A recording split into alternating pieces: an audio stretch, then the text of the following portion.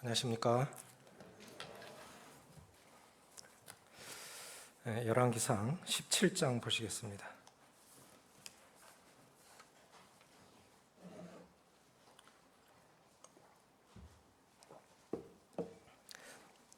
열왕기상 17장 17절부터 24절까지 같이 읽겠습니다.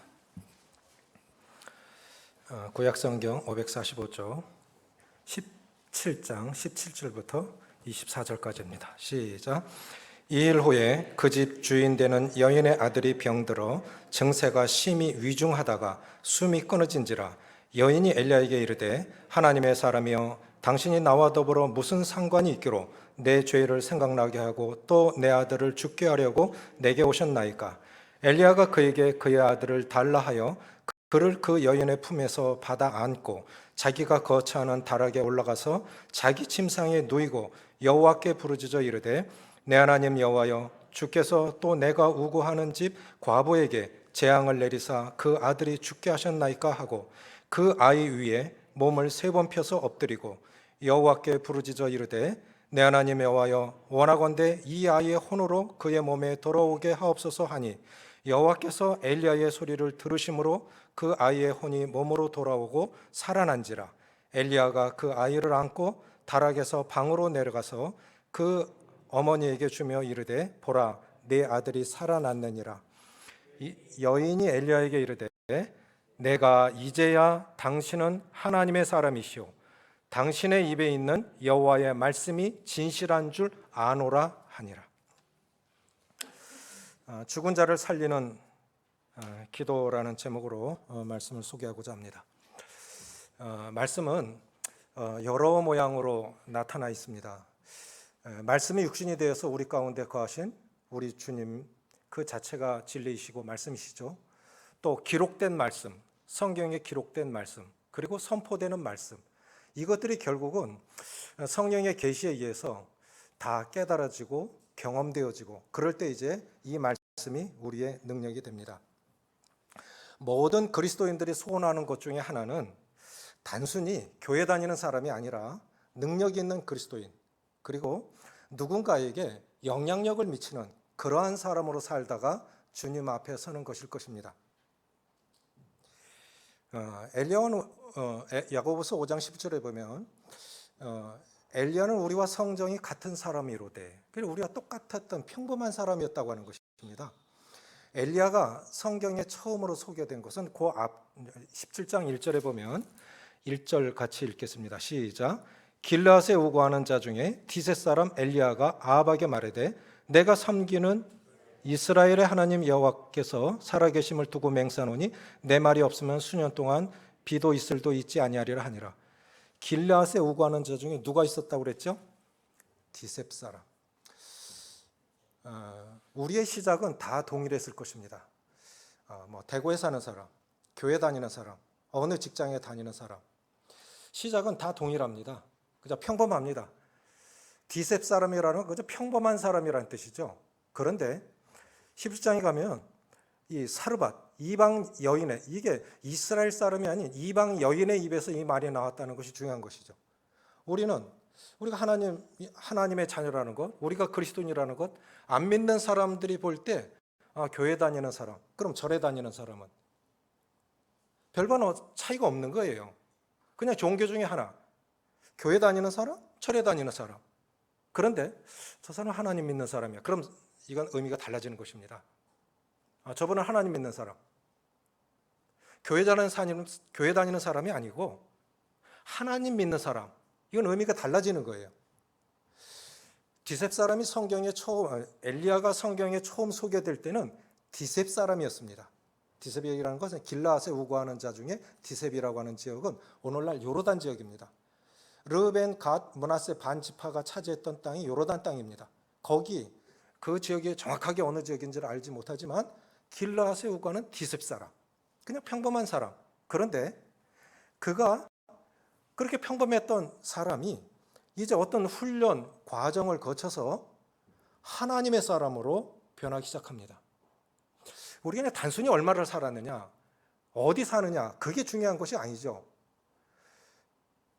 모든 그리스도인들이 소원하는 것 중에 하나는 능력 있는 그리스도인으로 살다가, 이 교회도 마찬가지죠. 교회도 거룩한 성장을 이루어서 세상에 거룩한 영향력을 미치는 것이 교회의 존재의 목적입니다. 그냥 교회 거기 있어? 아무 의미가 없는 거예요. 절도 거기 있어. 교회도 거기 있어. 그들만의 교회, 그들만의 예배, 아무 의미가 없는 거예요. 우리 삶 가운데 물론 이제 연세가 드시고 이렇게 하는 역할들이 다르겠지만 우리는 누군가에게 영향력을 미치고 가는 그런 사람이 진정한 하나님이 기대하는 사람이라고 그렇게 생각이 되어집니다. 하나님께서 그 종들을 사용하실 때는 서두르는 법이 없으십니다. 성장에는 지름길이 없습니다. 하나님께서 소중히 들어쓰시는 사람일수록 훈련과 연단의 과정을 혹독하게 거치게 하십니다. 그러면 우리가 겪는 어려움들을 그런 면에서 이해한다고 하면 굉장한 축복인 거예요. 아무 일 없는 것이 그냥 무사하다, 태평하다, 그게 감사한 게 아니고 문제가 있다는 것 자체가 오히려 감사한 것입니다. 이 엘리야, 기도가 만든 사람, 기도가 만든 사람 참 많죠. 5만 번의 기도 응답을 받았던 조지 뮬러, 살아생전에 응답되지 않았던 딱 한 가지 기도 제목, 자기 친구가 구원받지 못한 거예요.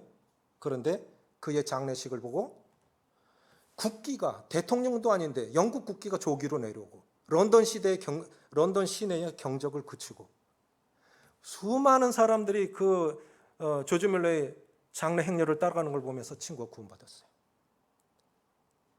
기도 제목이 다 응답된 거예요. 이게 영향력 아니겠습니까? 엘리야는 기도가 만든 사람인데 엘리야는 이런 과정을 거쳤습니다. 먼저 길라앗이라고 하는 그리시네가로 먼저 인도하시죠. 우리가 이제 성경 단어 하나하나 이렇게 살펴보면 참 그 뜻 속에도 오묘한 진리들이 들어있어요. 그리시라고 하는 뜻은 고립, 단절이라는 뜻입니다. 먼저 하나님께서 하나님의 사람들을 훈련하실 때는 고립, 모든 것 속에 고립당하고 또 이 단절시키는, 인간관계가 단절되고 공급이 끊어지고 하나님만 의지하게 하는, 하나님만 의지하는 법을 배우게 하기 위해서 그리시네가로 인도하십니다. 물이 마르니까 이제 사르밧으로 인도하십니다. 사르밧이라고 하는 뜻은 용광로, 제철소 이런 뜻이에요. 그 그리시네가의 훈련도 부족해서 추가 훈련, 그것이 사르밧입니다.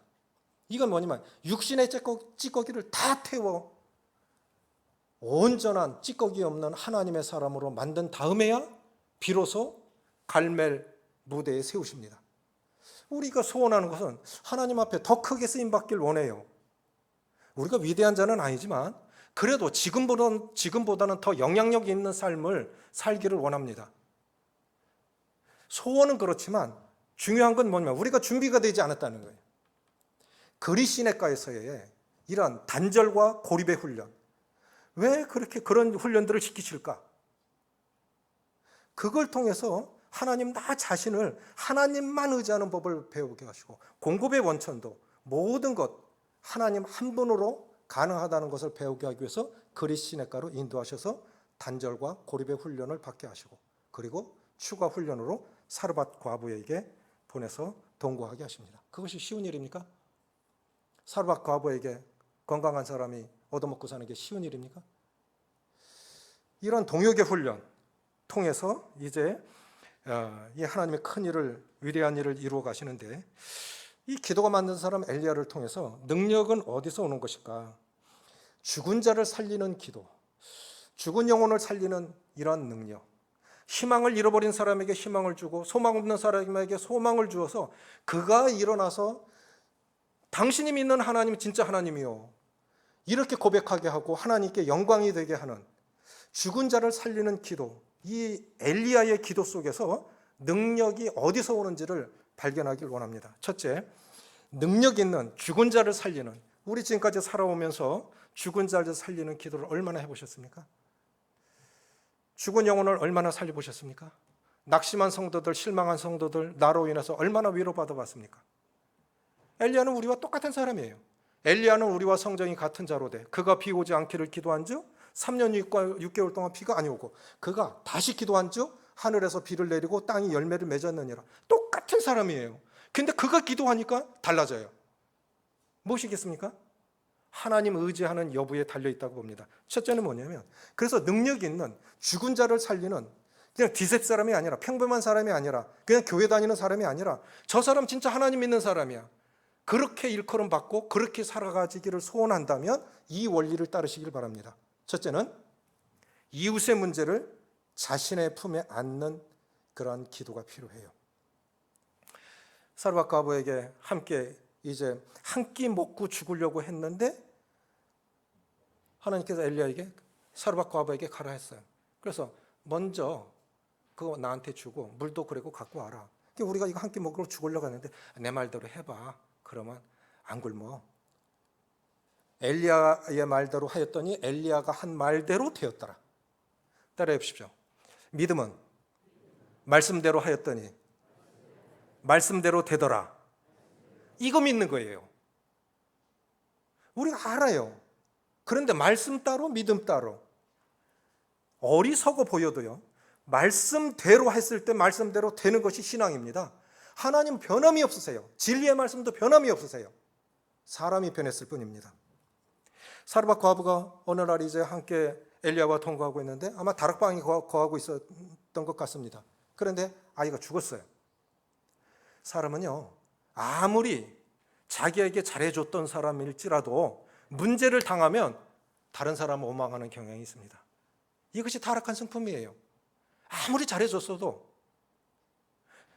자기와 연관된 조금이라도 연관이 된 사람이 있다면 그 문제의 원인을 거기에 뒤집어 씌우려고 해요.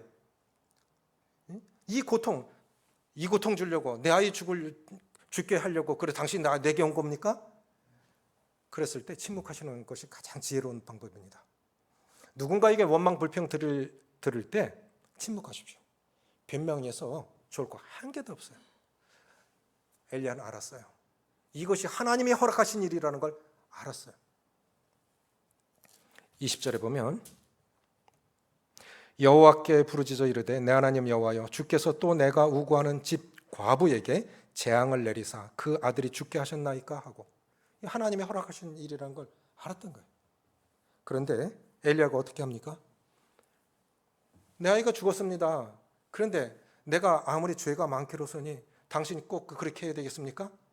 그랬을 때 아이를 달라 해서 그 아이를 안고 자기가 구하는 다락으로 올라갑니다. 자, 죽은 아이를 엘리야 선지자가 품에 또 안았어요. 이것은 과부의 문제를 자기가 또 아는 거예요. 진정한 영적 인도자는, 영적 지도자는, 영향력 있는 사람은, 능력 있는 사람은 이웃의 문제를 내 문제로 또 안는 사람입니다. 열심히 사시는 거 좋아요. 누구에게 짐 안 되게 열심히 사시는 거 참 좋아요. 그러나 그건 자기만의 삶일 뿐이에요. 누구에게 짐 안 지어주도록 열심히 사는 것도 참 잘 사시는 거지만 그리스도인들은 그걸 넘어가야 됩니다. 그 지경을 넘어가야 돼요. 야베스의 고백처럼 그 지경이, 그 축복이 넘어가려면 나를 넘어설 수 있어야 돼요. 선교사들이 50년 전에, 60년 전에 이 땅에 들어왔을 때 어느 모임의 선교사예요. 모임의 선교사인데 어느 시골 선교지 갔을 때 화장실을 못 찾아서 된장단지에 변을 봤대요. 보니까 똑같아. 보리밥을 먹고 설사하고 안 맞잖아요. 완전 꽁당 보리밥. 그거 먹고 설사하고 그래도 해주면 파리가 잔뜩 달라버린 거 휘우치고 그거 먹고 또 설사하고. 그래서 복음이 전해진 거예요.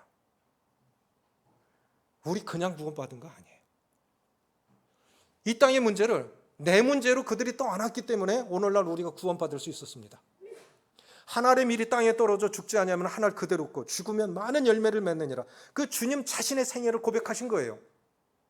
주님이 기꺼이 한 알의 밀이 돼서 죽으러 이 땅에 오시지 않았다면 우리 주님은 하늘의 그 천국의 영광을 혼자 누리실 수 있었겠지만 우리는 절대로 구원받을 수 없었습니다. 기꺼이 한 알의 밀알로 썩어지고 꺼져버릴 그런 생으로 우리 삶을 결단하지 않는다면 나는 구원받아서 그냥 편하게 주님 나라 갈 수 있겠지만 영향력 없는 사람으로 살다 갈 거예요. 그 사람 교회 다니는 사람이야? 내 주변의 사람들한테 물어보면 그 사람 교회 다녀? 그런데 그런 행실을 해? 제가 참 부끄러울 때가 있어요. 어떤 때는 그분 우리 교회 다니시는데요? 그 사람 교회 다녀요? 참 부끄러워요. 우리가 잘 살지는 못할지라도 우리 그렇게 살아가면 안 되는 거잖아요. 이웃의 문제를 내 문제로 떠안을 때 저는 이제 이렇게 사역을 하다 보면 성도들 가정사에 관여할 때가 있습니다. 가만히 있으면 편하지요. 내가 왜 그 문제에 휘말리고 왜 애써야 됩니까? 그 문제 속에 들어가다 보면 서로 싫은 소리도 해야 되고 얼굴 붉힐 일도 있고 많아요. 그런데 결국 그 문제가 다 해결되어져서 은혜롭게 돼서 그분이 평안해지고 하면은 참 보람이 있어요. 저 집이 이제 살게 됐구나. 이제 저 집이 살게 됐구나. 지나가면 다 잊혀지고 뭐 기억도 못 하겠지만 참 보람이 있는 거예요. 그래서 능력 있는 삶을 살려면 이웃의 문제를 내 문제로 떠안을 수 있어야 됩니다. 그런데 그 이웃이 주님께서 말씀하셨죠. 그 사람들이 내 이웃이 누굽니까? 제사장, 레위인, 시간이 없어서 그냥 지나갔을까요? 그럼 선한 사마리아인은 시간이 많아서 강도 만난 사람을 치료해주고 주막에 데려다 주었을까요? 근본 문제는 불쌍히 여기는 마음이 없어요. 이것이 우리가 회개해야 할 문제입니다. 불쌍히 여기는 마음이 없어요. 점점 특별히 코로나 시대에 거리 두기 하면서 마음의 거리도 멀어져 가지고 의도적으로 거리를 두는 거예요. 의도적으로. 이 방역이라는 구실 아래 모든 것을 거리를 두고 사는 거예요. 책임마저도 사명마저도 거리를 두고 사는 거예요. 다 포장돼서 넘어가요. 그게 맞습니까?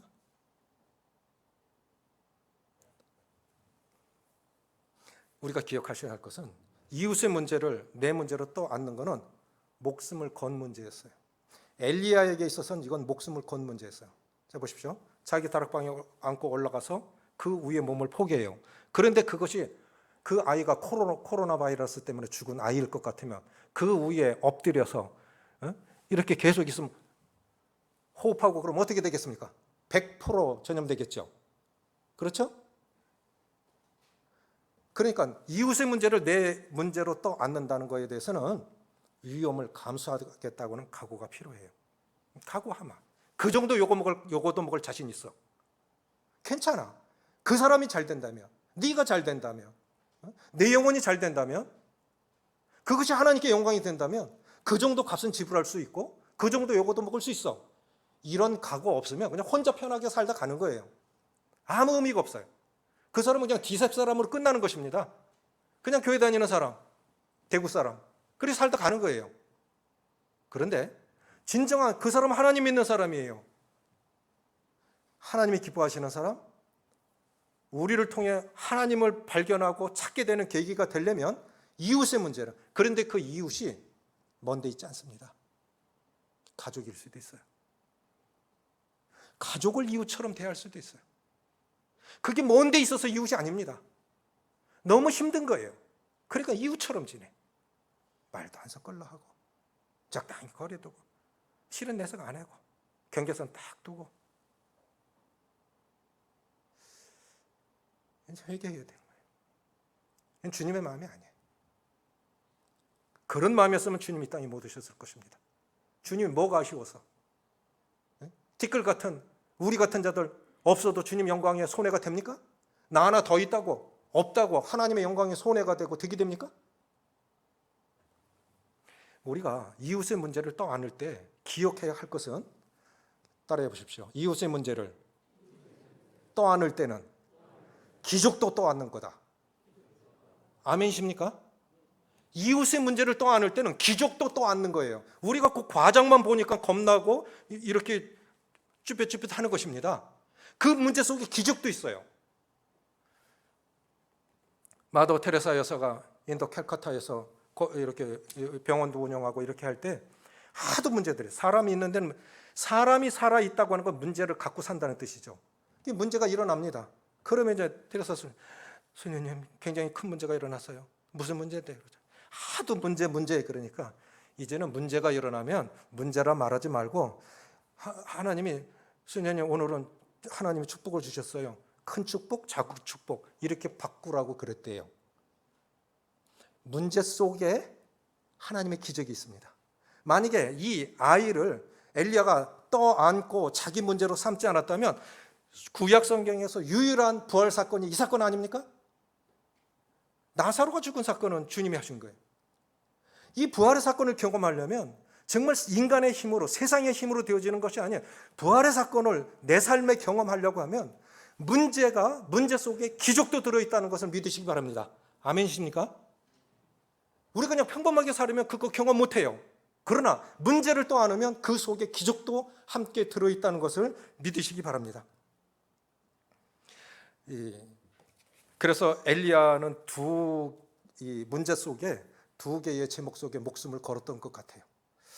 우리도 그렇게 했으면 좋겠어요. 사도 바울의 삶도 보면 사도 바울을 이끈 두 축은 먹든지 마시든지 무엇을 하든지 하나님의 영광을 위하여, 또 하나는 복음을 위하여, 복음과 하나님의 영광, 이 두 축이 사도 바울을 이끈 것이라고 하면 엘리야의 삶을 이끈 두 축이 있다면 하나는 기도예요. 기도의 목숨을 걸은 거예요. 계속 기도합니다. 18장에 들어가서도 갈멜살 전투에서 7번까지 가라. 계속 기도하죠. 기도의 목숨 거십시오. 물론 기도가, 능력 있는 기도가 기도의 양, 기도의 시간에 있다고 볼 수는 없지만 하나님께서 기도하시는 사람들의 그 기도를 결코 소홀히 여기지 아니하십니다. 왜 엘리야는 이 죽은 아이를 안고 다락방에 올라갔을까요? 그 골방이 하나님 만나는 장소예요. 엘리야가 하나님 만나는 장소는 골방입니다. 다락입니다. 우리 성도님들 하나님 만나는 장소는 어디입니까? 자기만의 장소가 있어요. 기도 장소가 있어요. 그 시각에 주님, 내가 이 장소에서 이 시각에 주님을 뵙겠습니다. 약속한 그 장소, 그 시각. 나는 안 가도 주님은 기다리고 계신 거예요. 우리는 얼마나 하나님을 만나십니까? 그 시간을 얼마나 귀하게 여기십니까? 우리 출근 시간 안 놓치죠. 결근 안 하죠. 결석 안 하죠. 사무엘상 2장에 보면 사무엘이 이런 고백을 합니다. 나를 존귀히 여기는 자를 내가 존귀히 여기고 나를 멸시하는 자를 내가 경멸히 여기라. 주님을 존귀히 여길 때 주님을 존귀히 여기는 그 백성을 하나님이 존귀히 여기십니다. 하나님을 거역하고 하나님을 대적하고 잘된 나라가 없어요. 저는 그걸 분명히 믿어요. 그리고 하나님을 잘 섬기는 나라, 하나님을 잘 섬기는 가정, 하나님을 잘 섬기는 사람들 반드시 결과가 있습니다. 후에는, 과정은 우리가 이해하기 어려워요. 그러나 하나님은 반드시 그렇게 하시는 분이라고 믿습니다. 그래서 죽은 자를 살리는 기도, 이웃의 문제를 자신의 품에 안는 기도였고, 두 번째는 뭐냐면 홀로 부르짖는 간절한 기도였습니다. 19, 20절에 보면 엘리야가 그에게 그의 아들을 달라 하여 그를 그 여인의 품에서 받아 안고 자기가 거처하는 다락에 올라가서 자기 침상에 누이고 여호와께 부르짖어 이르되 내 하나님 여호와여, 주께서 또 내가 우고하는 집 과부에게 재앙을 내리사 그 아들이 죽게 하셨나이까 하고, 21절 같이 읽습니다. 시작. 그 아이 위에 몸을 3번 펴서 엎드리고 여호와께 부르짖어 이르되 내 하나님 여호와여, 원하건대 이 아이의 혼으로 그의 몸에 돌아오게 하옵소서 하니. 우리가 그냥 평범하게 기도할 때가 있고 부르짖어 기도해야 할 때가 있습니다. 시편 62편 1, 2절에 보면 나의 영혼이 잠잠히 하나님만 바라며 나의 구원이 그에게서 나오노도다. 오직 그만이 나의 구원이시오 나의 요새시니 내가 크게 흔들리지 아니하리로다. 오직 하나님만, 오직 그만이. 이 부르짖는 기도는 하나님만, 하나님 외에는 어디서도 구원이 없다, 어디서든 희망이 없다는 사람이 하나님 앞에 부르짖을 수 있다고 믿습니다. 하나님 믿는 사람들도 흔들립니다. 우리가 기도할 때는 하나님도 조금 의지하고 또 내 경험도 조금 의지하고 또 통장도 조금 의지하고 그래 하지요. 솔직한 말로 그래 안 하세요? 기도합니다. 하나님 조금 의지하고 나도 조금 의지하고 누구도 조금 의지하고. 그런데 능력은 거기서 오는 게 아니에요. 하나님만 의지할 때 내가 부도나든지 하나님만 부도나든지. 거창고등학교 지을 때 AID 미국 돈 빌려서 그 차관 들여서 지었어요. 마지막에는 부도 직전이었어요. 거창고등학교 교장 선생님이 금식 기도하신 후에 서울에 큰 신문사 찾아갔어요. 하나님, 내일 아침까지 나는 비록 시골이지만 여기서 하나님의 사람들 길러내려고 이거 진 겁니다. 내가 미국에서 유학하고 거기서 하나님 만나고 그래서 이 백성에게 하나님 알리기 위해서 이 고등학교 졌는데 부도 나면 하나님 없다고 신문에 광고 낼 겁니다. 단판 짓고 올라간 거예요. 어떻게 됐을까요? 그 다음날 딱 필요한 돈이 수표로 딱 들어왔어요. 지금도 거창고등학교 명문고등학교입니다. 하나님 이름을 걸고 자기 이름을 위하여 의의 길로 인도하셨기 때문에 시시하게 누구하고 이렇게 경쟁하고 그렇게 하지 마세요. 하나님의 이름을 걸고 한번 단판 지어 보세요. 하나님이 부도 내시든지 내가 망하든지 둘 중에 하나 아닐 거 아닙니까? 이건 뭐 잘못되면 둘 중에 하나 망하는 거죠. 하나님 부도 나든지 내가 부도 나든지. 하나님의 이름을 걸고 망한 나라가 없어요. 하나님의 이름을 걸고 산 사람들이 망한 사람이 없어요. 그걸 볼 때 다른 사람들도 저 사람은 진짜 하나님 믿는 사람이야. 교회 다니는 사람 아니고 하나님 믿는 사람. 국회의원 200명이 넘는데 그중에 30%가 장로들이에요. 근데 이 나라가 왜 이러죠?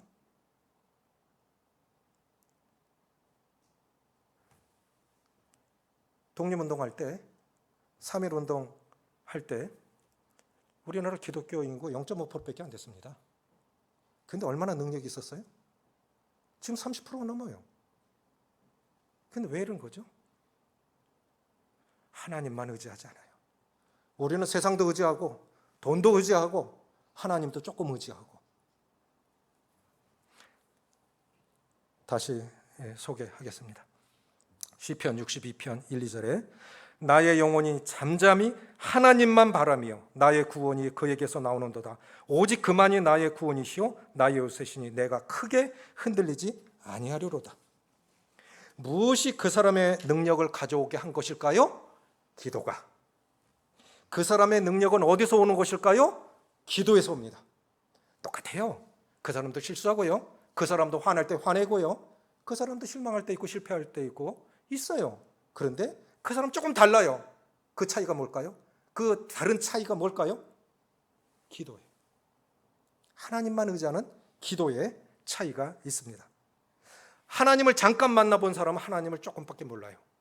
그런데 하나님을 깊이 있게 만나본 사람은 그래서 그 사람의 능력, 그 사람의 능력 있는 말씀, 그 사람의 영향력, 하나님 만나는 깊이의 관계가 있습니다. 우리가 하나님을 조금밖에 모른다고 하는 건 하나님 앞에 조금밖에 앉아있지 않다고 하는 뜻이에요. 하나님을 잠깐 만나본 사람은 하나님을 깊이 있게 알 수 없고 하나님을 깊이 있게 경험할 수 없습니다. 기도와 능력은 비례합니다. 그래서 죽은 자를 살리는 기도의 능력은 이웃의 문제를 내 문제로 떠안을 수 있는 마음. 그게 주님의 마음이죠. 그리고 하나님만 홀로 하나님만 의지하는 그러한 간절한 믿음, 기도. 세 번째가 뭐냐면 하나님의 영광을 드러내기 위한 기도해야 됩니다. 24절입니다. 24절 같이 읽습니다. 시작. 여인이 엘리야에게 이르되 내가 이제야 당신은 하나님의 사람이시오 당신의 입에 있는 여호와의 말씀이 진실한 줄 아노라 하니라. 이게 이스라엘 백성들의 입에서 나온 게 아닙니다. 이방 여인 입에서 나온 거예요. 당신 하나님의 사람인 건 알아요. 딱 한 끼 먹고 없어져야 되는데 계속 퍼내도 계속 밀가루가 있어요. 기름도 안 줄어들어요. 그러니까 당신 하나님의 사람인 건 맞는데 진짜 하나님인 줄은 몰라. 진짜 하나님의 사람인 줄은 몰랐던 거예요. 그래서 이 일을 허락하신 이유는 사르밧 과부의 믿음을 강화시켜줄 목적으로 허락하신 것이고 엘리야에게는 이 추가 훈련을 통해서 더 큰 무대에 세우기 위해서 한 번의 훈련을 더 받게 하신 거예요. 그럼 우리에게 이런 문제들이 자꾸 누가 눈에 밟혀 하나잖이 자꾸 다른 사람은 잘도 지나가. 근데 내 눈에는 그게 보여. 관심 없는 사람은 그게 안 보여요. 저는 구도자들이 올 때 챙겨주는 사람 누군지 잘 살핍니다. 사람 많다고 살피는 거 아니에요. 영혼 하나 얻기가 얼마나 어려워요. 그런데 안 살펴요. 관심 없어요.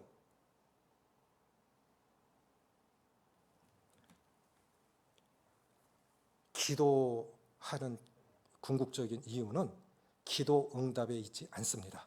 우리가 착각할 때가 많아요. 기도 응답 자체에 기도하는 이유가 있는 게 아니고 그 기도를 통해서 하나님의 하나님 되심을 나타내는 것이 기도 목적이에요. 아멘이십니까? 그런데 우리는 때때로 그냥 이렇게 했었어? 이렇게 했었어. 거기서 그친다고요? 그게 아닌 거예요. 24절 다시 읽습니다. 시작.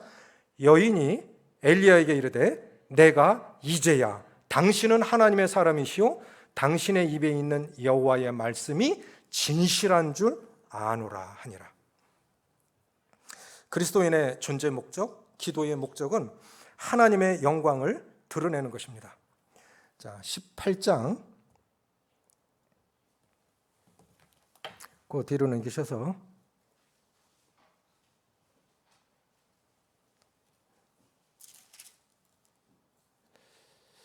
36절 같이 읽습니다. 36절.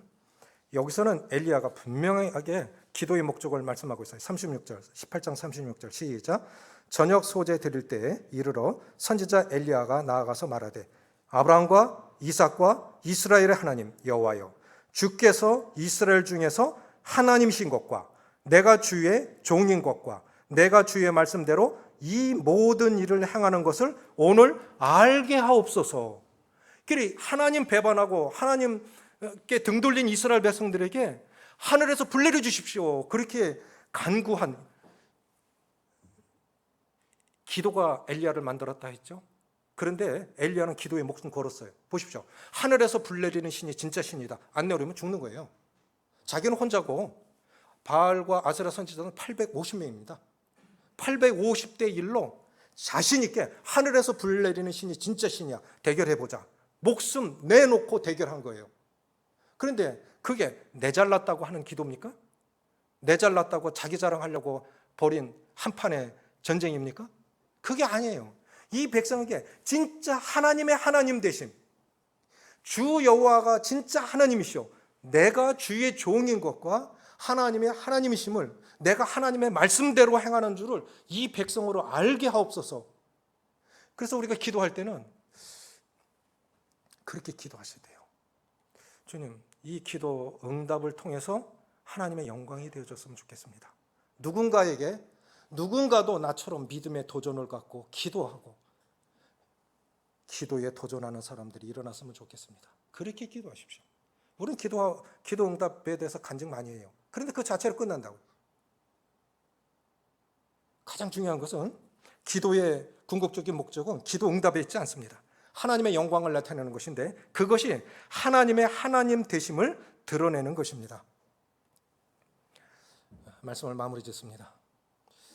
우리의 기도는 천장 하나 뚫지 못하는, 그저 천장이 부딪혔다 내려오는 혼자 독백으로 끝나는 기도 아닙니까? 어떤 사람은 능력 있는 기도의 삶, 능력 있는 삶을 사는데 나는 단순히 그저 교회 다니는 사람, 그렇게 나쁘게는 안 살지만 그냥 교회 다니는 사람, 그렇게 그친다면 좀 도전해 보셨으면 좋겠어요. 우리 생이 얼마나 빨리 지나갑니까? 얼마나 쉽게 지나갑니까? 정말 의미 있고 가치 있는, 하나님이 기억하시는, 누군가에게 기억되는, 영향력을 미치는 그런 그리스도인으로 살다 가셨으면 좋겠어요. 그러기 위해서는, 그런 능력 있는, 영향력 있는 삶을 사시기 위해서는 죽은 자를 살리는 그러한 기도 속에서, 엘리야의 기도 속에서 발견하는 것은 이웃의 문제를 내 문제로 떠안고 지금부터 기도하십시오. 보여주시는 대로, 기억나시는 대로 안고 기도할 뿐만 아니라 적극 관여하시고 하나님 앞에 부르짖어 보세요. 하나님의 영광을 위해서. 이 문제, 지금은 문제고 언제 끝날는지 모르고 해결될 기미도 보이지 않지만 이 문제 속에 하나님의 기적도 같이 들어있다고 믿으십시오. 저는 분명히 그렇게 하리라고 믿습니다. 우리가 살아있다고 하는 건 문제를 갖고 산다는 뜻이에요. 그거는 기적도 같이 갖고 산다는 뜻입니다. 시편 34편 8절에 너희는 여호와의 선하심을 맛보아 알지어다. 어떻게 맛볼 수 있습니까? 문제 속에서. 항상 좋은 일만 있는 거 아니고 항상 나쁜 일만 있는 거 아닙니다. 이웃의 문제를 모른 척하고 지나간다면 나는 편하게 살 수 있겠지만 내 삶의 기쁨 능력은 경험하지 못할 것입니다. 주님 섬기기 위해서 오셨는데 우리도 주님의 생을 작게나마 그리스도의 작은 제자들로 따라가면서 엘리야의 삶의 능력이 내 삶의 능력이 되어져서 하나님의 영광이 되어졌으면 좋겠습니다. 기도하시겠습니다. 아버지 하나님, 크고 작게 인생 살아오면서 많은 문제들 거쳐서 여기까지 왔습니다. 지금까지 함께 하신 하나님의 은혜를 찬양을 드립니다. 우리 힘으로 살아온 거 아니고 내 힘으로 살아온 거 아니고 내 믿음만으로 살아온 것도 아니요. 누군가 나를 위해서 기도했고 내 기도할 수 없을 때 누군가 나를 위해서 주의 성령께서 주님께서 탄식함으로 우리 위해서 기도해 주셨고 내 문제로 어쩌면 내가 겪고 있는 이 문제를 회피하며 그렇게 살 때에도 누군가는 그 문제를 자기 문제로 떠안고 기도하고 관여한 사람들이 있어서 오늘까지 살아온 거 잊지 않게 해주시고 이제 내 이웃이 누군가를 보게 해주시고 내 이웃의 문제를 내 문제로 떠안는 그 문제 속에 기적도 들어있음을 알게 하셔서 낙심하지 않고 포기하지 않고 기도하다 보면 언젠가 이루실 그 하나님 자기 이름을 위하여 의의 길로 인도하셔서 결국 하나님의 영광이 드러날 것을 믿사오니 주님 도우셔서 우리 모두가 다 그렇게 이 시대에 능력 있는 또 다른 엘리야로 살아갈 수 있도록 축복하여 주시옵소서. 우리 주 예수님의 이름으로 감사하며 기도합나이다. 아멘.